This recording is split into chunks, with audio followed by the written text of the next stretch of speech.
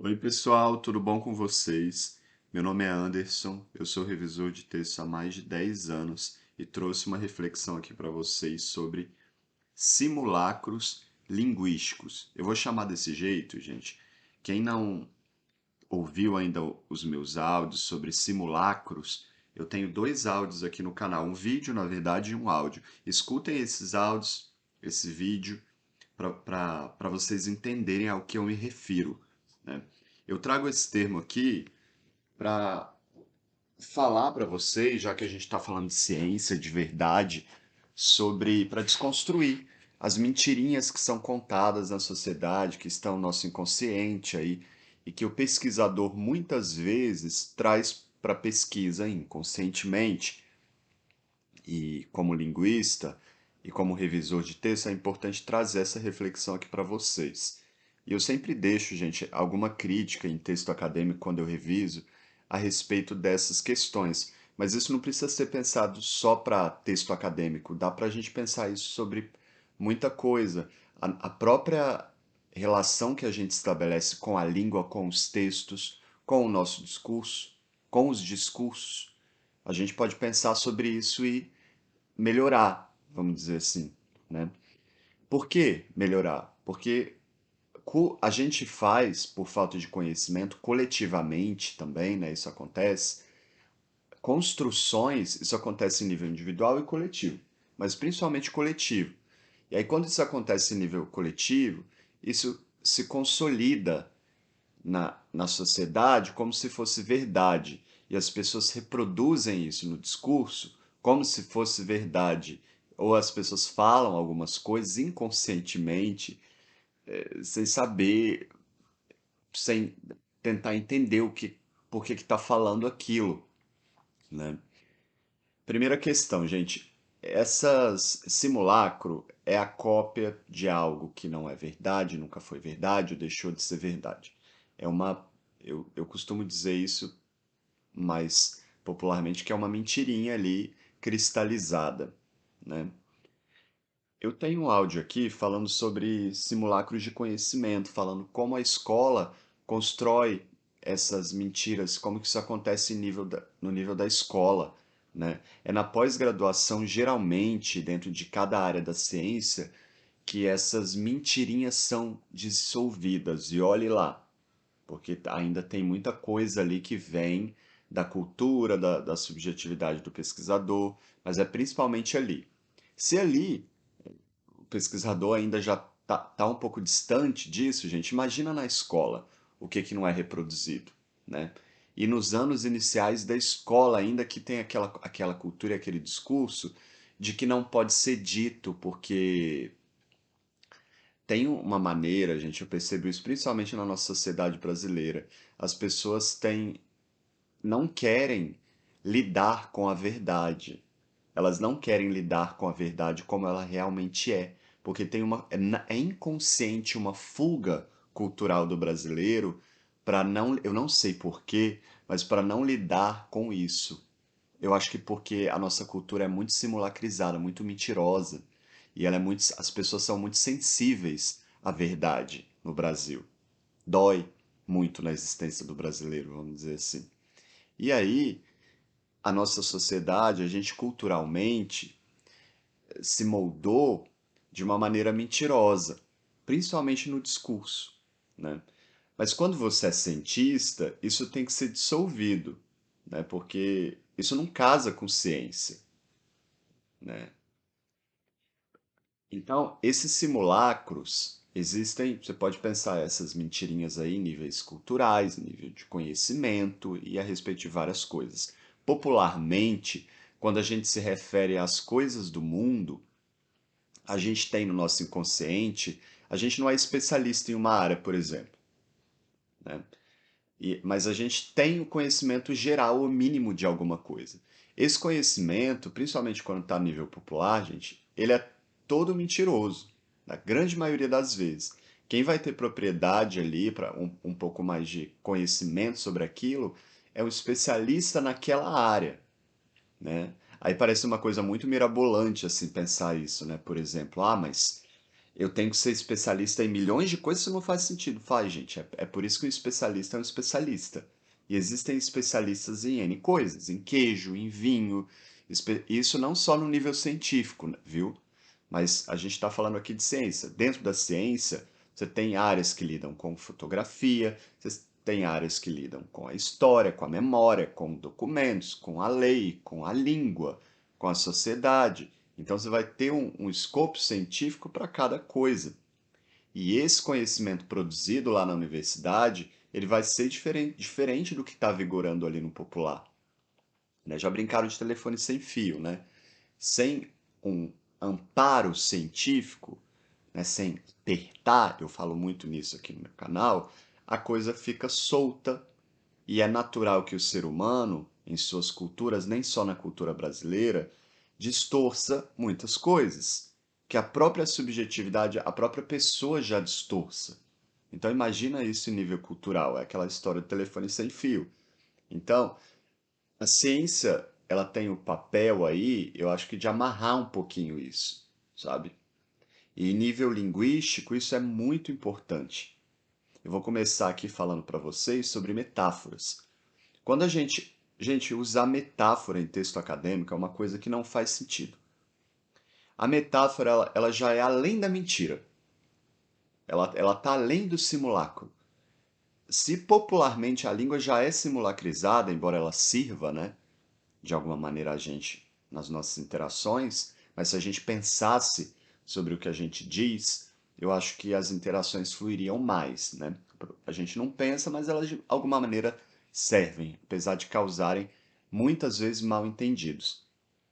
Eu acho que a grande maioria dos mal-entendidos na sociedade, em nível discursivo, linguístico, tem a ver com isso. Eu acredito, né?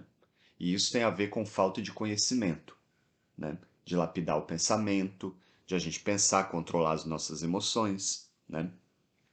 Não estou falando aqui de não ser espontâneo, de apagar a criatividade linguística. Não, eu estou falando de uma base mínima de formação para a gente não deturpar o mundo, as nossas, o nosso pensamento, né? E trazer e fazer isso até em nível coletivo, né? Até ir para uma coisa de psicose coletiva, delírios culturais, né, gente? Metáfora. Tô sendo irônico aqui não, gente. Tô sendo verdadeiro. Pode só soar irônico, mas não é não. Metáfora, elas funcionam na no dia a dia assim, né? A minha interpretação como linguista, como cientista de metáfora, é a seguinte: elas podem até funcionar ali no dia a dia. Às vezes a gente não tem um termo e a gente tem que tentar explicar aquilo. Às vezes é muito mirabolante trazer aquilo, ou é muito duro. Eu acho que a metáfora está muito ligada a uma tentativa de encobrir a dor do que algo que é dito pode representar, pode implicar. Então, ela ali está ligada, muito ligada a essa coisa do simulacro. Pode ser que ela faça sentido quando não há um termo ali para se referir àquilo e a gente só consegue mencionar aquilo de maneira metafórica. Ou na literatura, quando a gente não tem, né, o mundo, o nosso mundo, né, ali, às vezes na literatura, os poetas tentam ir para um mundo além ali da realidade, né, que já é muito dura, que também é mentirosa, né, mas é muito dura muitas vezes, e aí esse mundo não é possível construí-lo ali. Dentro do que a gente vive é preciso ir além. E aí, às vezes, esses usos metafóricos se alinham a essas coisas. Em pesquisa, gente, você não vai precisar de metáfora. Por quê? Porque você já tem, a maioria das vezes, os termos consolidados ali na área. E se você não tem o termo consolidado numa área, você vai buscar em outra área o termo que é a interdisciplinaridade com a perspectiva científica, né? Então, evite metáforas em textos acadêmicos, porque elas são todas, elas vão trazer, deixar o seu discurso ali mais mentiroso.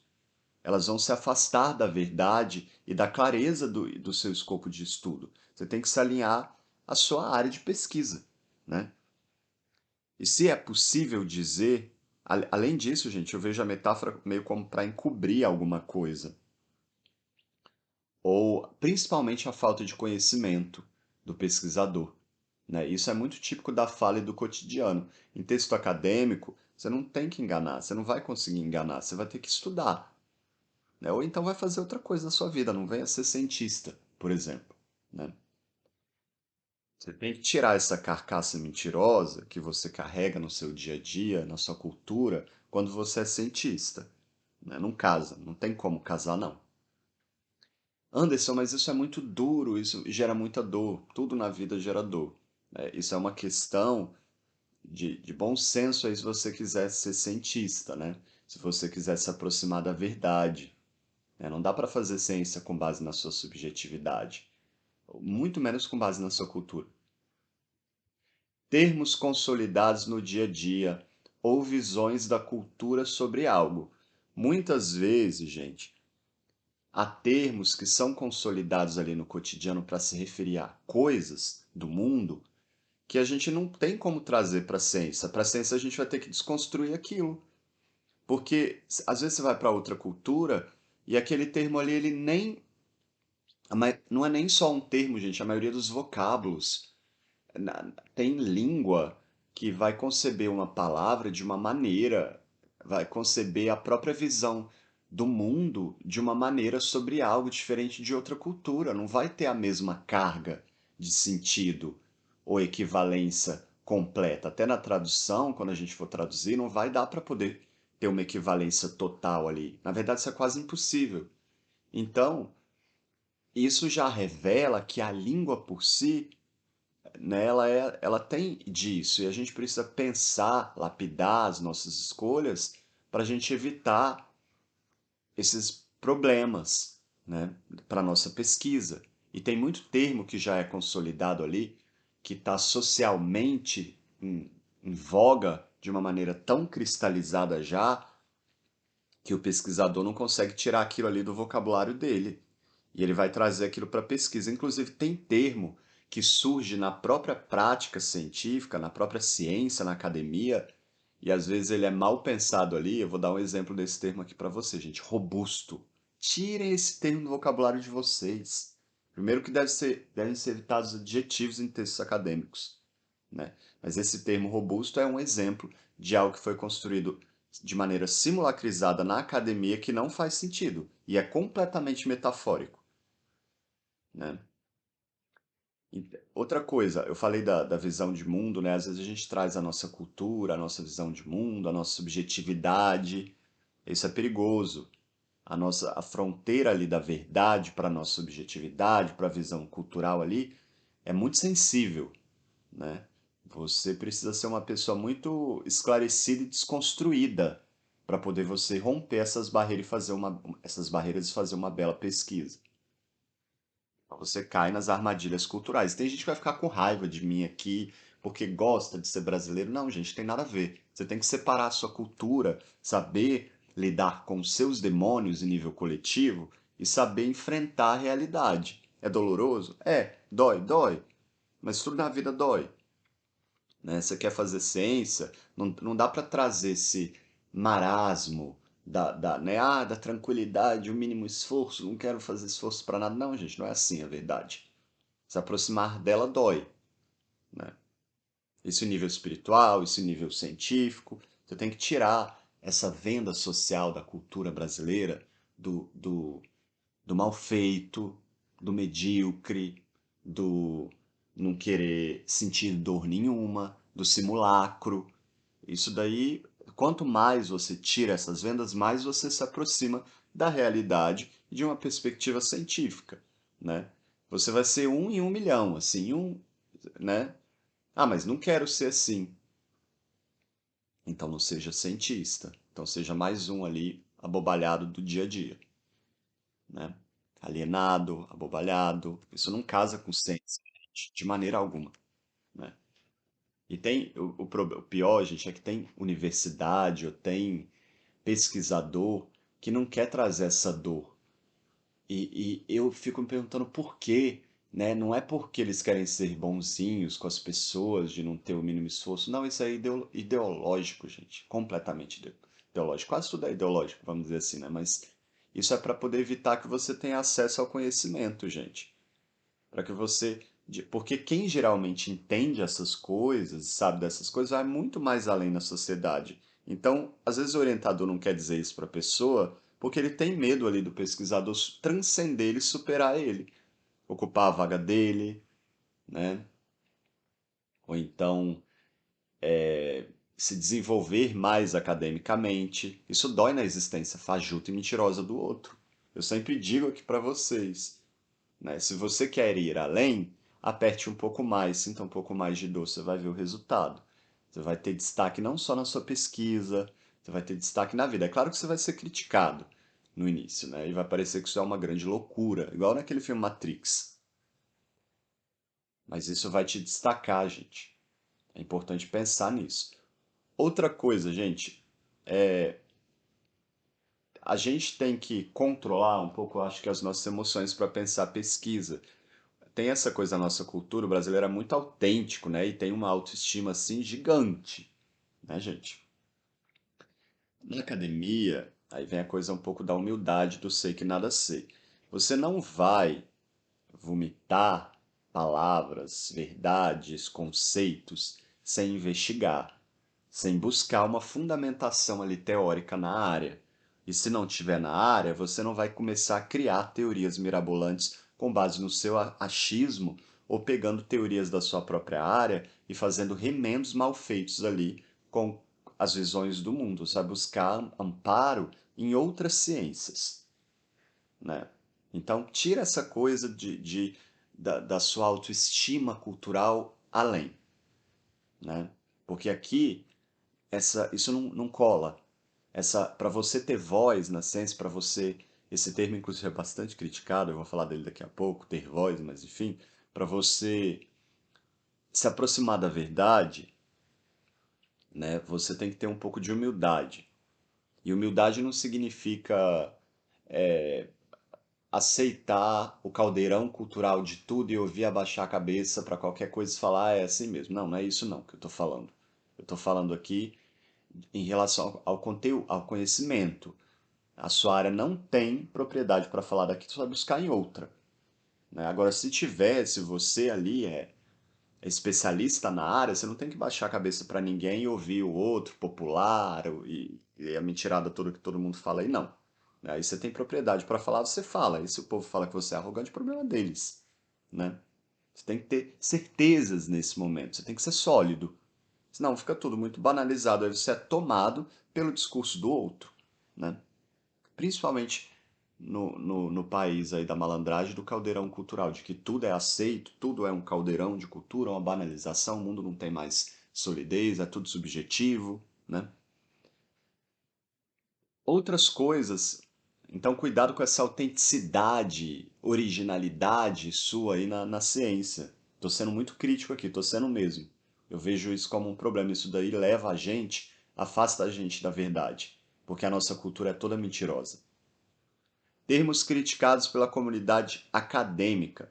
Atenha-se também, em nível linguístico, a termos que já são na própria área criticados.